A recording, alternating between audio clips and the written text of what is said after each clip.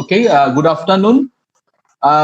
Since we are discussing recently about children's literature, and particularly it is children's film, that is the point. Today's talk will be a bit more or less connected to children's film and Indian context. Uh, so, before going for children's film and Indian context, uh, now the very first point that comes in the mind: why film? And what is the necessity of film in that sense? Uh, is it something that literature uh, does less comparing with film in that sense? Why is film special? What impact does a film have in that sense more than any other media in case of communication, in case of engagement, in case of sharing of the ideas? Why is it so? Now I think the best person who has given the message of why film is necessary, what is the importance of film in our understanding, how film can put a very great impact on the mind in general, then the person who said this all about is no other than George Bernard Shaw. We know that George Bernard Shaw was the only person who was awarded with a Nobel Prize in Literature, and also that you know uh, Academy Award for film. So this man having a very vast knowledge, a very subtle, witty observation, introspection, uh, having Oscar in one hand, and also later we know that the same person having uh, Nobel Prize on the other. So we would like to go to George Bernard Shaw now. Bernard Shaw's observation regarding film and the importance of film is something I would like to quote Bernard Shaw here. Ask any man who has done 8 or 10 hours heavy manual labor what happens to him when he takes up a book. He will tell you that he falls asleep in less than 2 minutes. Now, the cinema tells its story to the illiterate as well as to the literate, and it keeps his victim, if you like to call him so, not only awake by fascinated as if by a serpent's eye. And that is why the cinema is going to produce effects that all the cheap books in the world could never produce. Unquote. Now, this very interesting quotation by George Bernard Shaw makes the whole scenario very clear cut to all of us. Look, cinema film does that very brilliant job of making it understandable, making it clear to all of us that when after a long works of daily labor and when someone is exhausted, if the person takes up a book, he will get into sleep immediately. But a film can keep the same person awake. It can fascinate the person with the message, with the ideas, with the thoughts, with that new platform through which the person will be all ready to access to that very exceptional journey.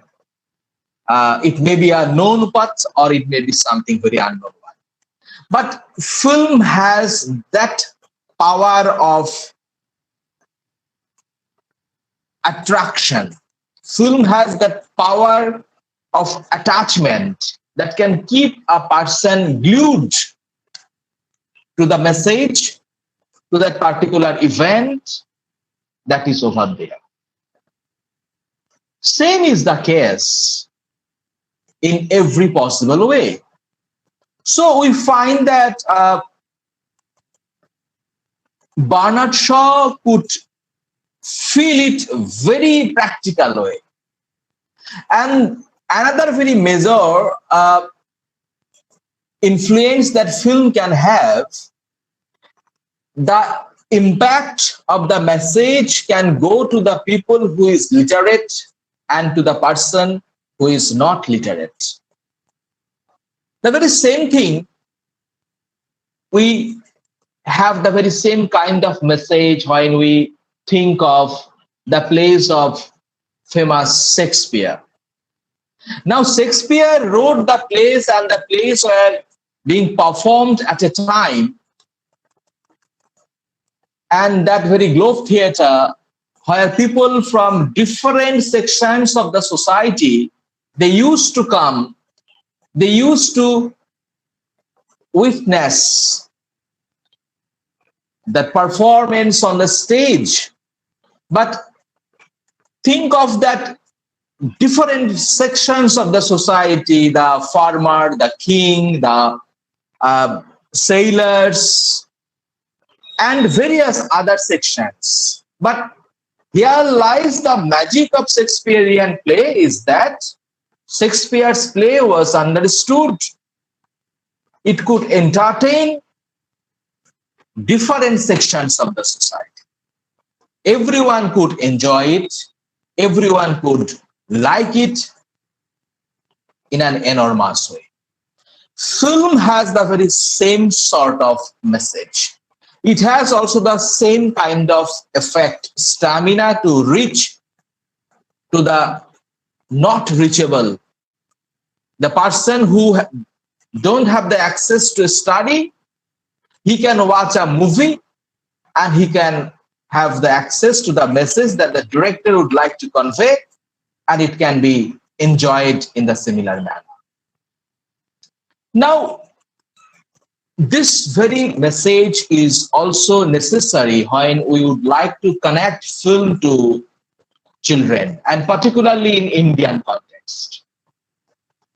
Now, whenever we think of children in Indian context, now it is very important, because the condition of children in general in India is never, in that sense, very happy. Only because in a country like India, children are in most cases maltreated, and they are the vulnerable section of the society. Children are prone to all those negativities. They are the victims, since they have less, power, autonomy, voice to say against all those maltreatment practiced on them. Now, this is a kind of a old practice, and of course, exceptions are very much there in a country like India, but the majority, in most cases, we have such kind of instances, and the instances are never few. Children are the mute victims. Of course, so many commissions are there. Of course, so many official bodies are there. But the real benefit is hardly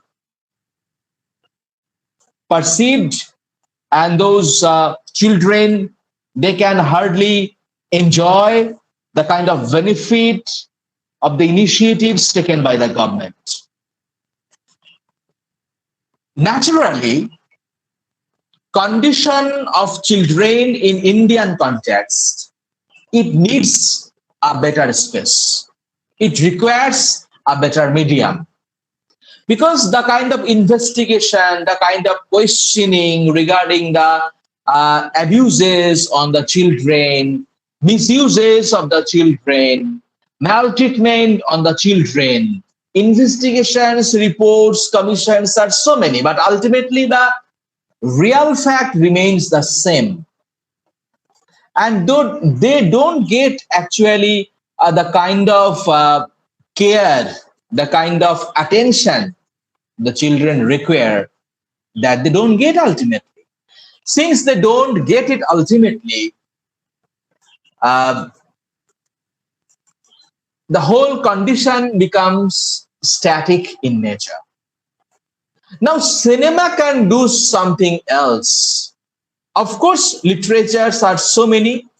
We started with referring to the children's literature. Now, children's literature and children's film are, of course, deeply connected to each other. So many films are actually the adaptations of the children's literature. Now, children's literature can do the very same kind of thing, obviously, but the impact is not so strong as it is in the case of the filmmaking. And I would like to convey one of the reports of the UNICEF. UNICEF is, of course, very much worried because children in India, they are having some terrible conditions. Some terrible issues are there. Violence, all possible violence, they are prone to. They are exposed to different type of violence. If it is one hand, then we have so many children who, spend their lives as refugees without having any specific place to stay. They don't have any shelter. They are merely refugees. So many orphans are there. Orphanage are, of course, many, but still in the orphanages are not in all possible way safe for the children in Indian context. So some arrangements are, of course, there, but the real fact is that arrangements are not properly taken care of. Lack of education for the children is something that is a very serious problem in a country like India, and probably film can do some initiatives. Film can do something special, conveying some serious message to the mass that education is the right of every child. But is it so? Does every child get the access to the education? Child labor is a very common issue in India. Poverty is a very common issue in India. And so many children are there in a country like India where they don't have the access to go to the school. Even the preliminary education they cannot have, only because of poverty, only because of not having the economic support, and they need to earn. And often they are placed as beggars, railway stations, traffic areas. They beg in front of you when they needed education, care, knowledge, systematic mental development and the growth. So I mentioned earlier that the children's section is very vulnerable. Abuses and violence are rampant. Street children are in a very terrible state. If this is one part of the case, on the other part is very serious, more serious when the child is there with disability. In a country like India, children with disabilities, they are the worst victims. Now, films are being made on on the conditions of children like those who are having such kind of problem and how they are treated in our society. Are they welcomed by the rest of the people, or they are often placed as marginal? They are often cornered. They are in no way welcomed in that sense. Now, on the other hand, we have more serious aspects which are to be pointed out, and for which we need a medium that is film. And through film, at least we can go, have spread the message of problems of the children in a country like India or other countries having similar sort of problems for the children, like health and sanitation. Trafficking, human trafficking, not only for the full grown people, grown up people, but one of the worst victims are the children, the child. Human trafficking is, of course, a kind of a major issue, one of the major issues in this context. Child marriage. So many films are there in which child marriage is a major aspect. The director would like to highlight what really happens to the little girl who is too young to get married. And when she needs education, when she is aspiring to go higher, to reach some, to would like to achieve some high destination, at that very moment, the parents are organizing a marriage. It may be with the consent of the parents, or it may be a kind of forced marriage. So all the possibilities of a young little girl, those are nipped in the bud. And another point with which I would like to stop only this part. What are the possibilities of making a film in a country like India on the issue of children? This one is child and the parental care. Now, parental care is a very important point, but when the child or the number of children is one or two, at least at that very stage, we find that the parental care is optimum. But the more children we have, the graph of parental care is, in most cases, it lowers, goes down. Now, child and parental care is, of course, a very big issue in a country like India. People living in this slum with no specific plan in mind to have how many children they really need, and the lack of consciousness on the part of the parents, on the part of the caretaking concept. Children are in no way they are given attention to, and they live without having any parental care. So what will happen if this is how we plan for a society, plan for a country? Then how can we have a country that will be a stable one if the life goes in such unplanned trajectory? Can we have a very planned life, planned country, a successful and a healthy country? Can we really have? It's a big question. Now, when we have questions regarding the condition of the children in a country like India, then we would like to share one of the messages by the Ministry of Women and Child Development, India. And they would like to point out that around 150 million girls and around 73 million boys below the age of 18 In India, it is very heinous, of course, but we need to discuss that they are exposed to forced sexual intercourse and sexual violence. So many texts we have. We have Mulkraj Anand's novels. Think of Munnu and so many other characters. How they are the victims, and since they don't have knowledge, since they don't have a guide, and they are exposed to such kind of social problems, and they are the worst victims. And when they grow up with a kind of a mind that is not at all steady,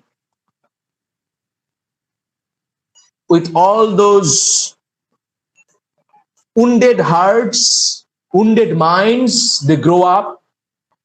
How can we think of, dream of a country with prosperity and success then? Is it really possible? One comment I think will be very opposite, very perfect, very important here at this very level of our discussion. And she was the former Secretary, Ministry of Women and Child Development, Government of India. And she is Srimati Deepak Jain. Deepak Jain's observation, Deepak Jain's introspection is very necessary, because she would like to hit the kind of imaginary world, the kind of utopian concept the lawmakers often are in the vision or ideas, that they make some initiative, they go for some arrangement, but ultimately whether those arrangements are successfully executed, that is the question that they hardly look into. Now, what was the observations of Srimati Deepak Jain? Now, Deepak Jain is of the opinion that in a country like India, we often talk of child protection. We often talk of initiatives for the upliftment, for the development of the children in India. But the real fact is that this issue of child protection is something that in the major part remains unaddressed. It is not dealt in properly. We don't deal in. We don't discuss, we don't take necessary initiative in that sense.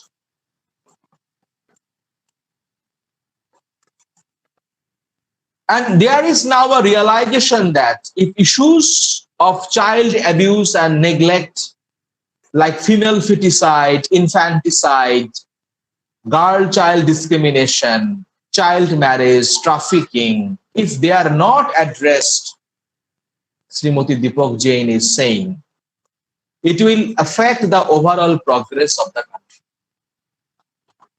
So since the development of a country is based on the development of the children, because the children of today will be the leaders of tomorrow, and they will take some serious responsibility of the country in coming days. So why not to take care of the children? Now, Indian film is very cautious about that. Indian film, of course, is very attentive, sensitive to this issue, and in so many regional languages as well as in Hindi, we find that some, a huge number of films are made, keeping in mind all the issues we have discussed so far: child abuse, trafficking, discrimination, violence, attack, education, in Hindi, in Bangla, in Tamil, Telugu, Kannada, Marathi, Malayalam. Now films are being made continuously. And of course, in Mumbai, films on children issues are made always. But if it is made over there, or whatever the condition is, there is always a continuous debate regarding the children's film in India. And what is the debate is all about? Now the debate is in one question or two questions, whether it should be essentially didactic, will it be focused on moral and the psychological preparation of the child? Because we should take help, we should arrange such kind of moral and the psychological support for the children of our time, so that they can have a very healthy adulthood. They can reach to that very passage of life very successfully. And for this, what is necessary? Moral and the psychological support. So should we make such kind of films that will talk a lot about the moral and the psychological support, that will talk a lot about the didactic part of the children?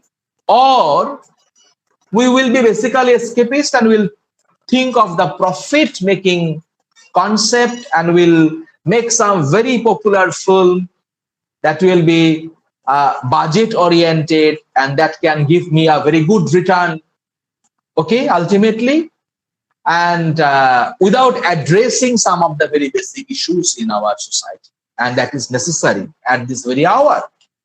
So should we go for that profit making conditions, or it will be a didactic film having a very specific question oriented, addressing certain problems in our society that is very much present? We should go for that. So it is up to that very condition. Now, Children's Film Society obviously has attempted to look at that very debate, because from mid 1950s to the 1970s, children's films are being made, and even today we see, we can enjoy, we are entertained continuously. The kind of new films are made on children, and they are addressing different factors, different scenario of our time. Whatever the matter is, the matter is something very different, and the matter is that in most cases, the films of our time, they are very much influenced by the Western culture and the Western philosophy or the thinking process. Now, they are more interested in that family entertainment concept. They are emphasizing, foregrounding the idea more and more on the family entertainment in total, because that probably is more befitting to them. That probably is something that can give them higher benefit in return. And that is something that can have more access to reach the audience, and it will be popular in that sense. So there is a continuous tendency of making films which are more and more family-centric. Now, this family-centric film, when we are talking about, now we need to think of two very stalwarts of Indian politics. One is Mahatma Gandhi. Another one is Jawaharlal Nehru. So it was the suggestion of Jawaharlal Nehru to make certain kind of films that will be high-class films. And not only that, those films should have educational and social values. Keeping these ideas So many directors of the time, they thought of making films on children issues that can have educational values and that can have also social values. Now, early films were basically of two types. One is the U rated and another one is the adult rated A. U for unrestricted, and anyone can go and have that kind of film. Now, when the A rated film came, restricted films for the adults only, and later we see a new version came up. This one is U/A, unrestricted, of course, but if the audience is a child or the children, then parental care is necessary. Permission of the parents, their attendance, their presence is necessary while watching films like that. The language, the message, the version of the films, it got changed continuously.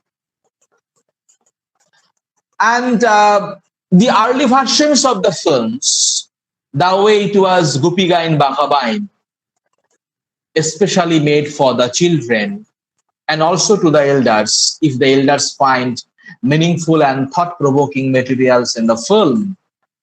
But Satyajit Ray's Gupi Gain Bagawain, adapted from the story of his grandfather, Upendra Kishore Rai Chaudhuri. So a film like this, the way it had a major impact and a classic kind of a text, as time passed on, the message of the film, the presentation, the language, the posture, there are very major changes, specific changes. And that will be very clear when we get into the commentary by Dharmendra. Once upon a time, a man who had a sensational presence in the Bollywood movie with his great contribution, with some brilliant feature films. Now, Dharmendra's observation, of course, will help us to think, rethink that how society is getting changed. And in the same way, our taste is also getting changed. Now, Dharmendra was there to say that in our time, we used to make a conscious effort to see that a film doesn't have any obscene content, because we used to make clean films for everyone. So it was Dharmendra's time. A film should be made keeping in mind that anyone can watch the film, even the kids also, even the children too. Film was then a kind of an entertainment. I do remember some announcements were made earlier that in the town a new film has come. It is such a kind of a film, everyone in your family can sit together and you can watch and enjoy and get entertained with this new movie arrived recently. So such announcements were very common earlier. But now look what Dharmendra, the veteran actor's observations are. He was there to say that early films, when they were there then, no obscenity was there. The content of obscenity was in no way there. So that anyone can watch the film. A film used to mean a family outing. Dharmendra continues. We always tried to bring the whole family together so that all could enjoy, from kids to the old. But now things have changed.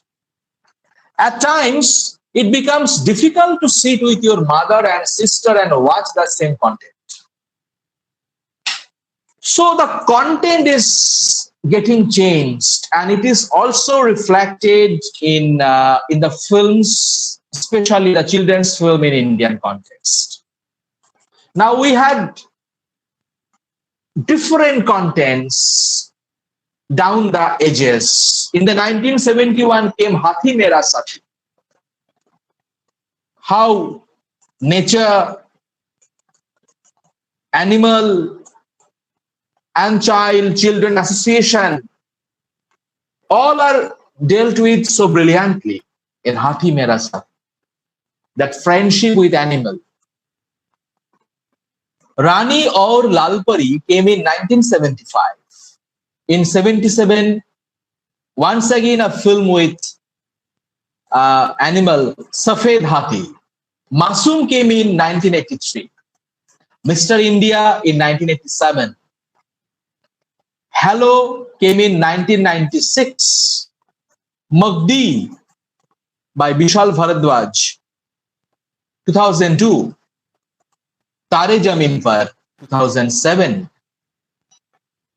And till then, so many new movies. Also in Bengali platform, we have Hami, we have Posto. Think of Mera Naam Joker. Of course, it is a movie for the adults.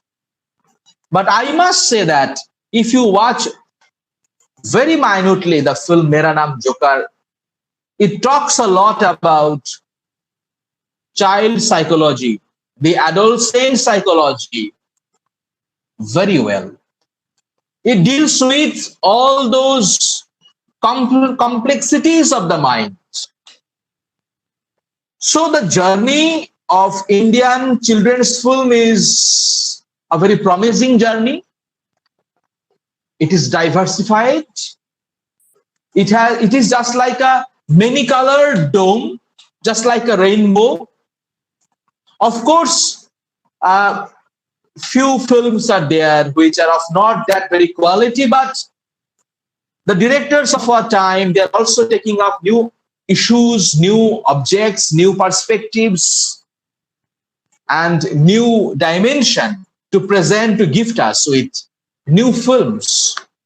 So that much I had to say, that much I had to discuss today regarding some of the outlines of children's literature, children's film in general. So that's all. Thank you for your patient listening. Thank you.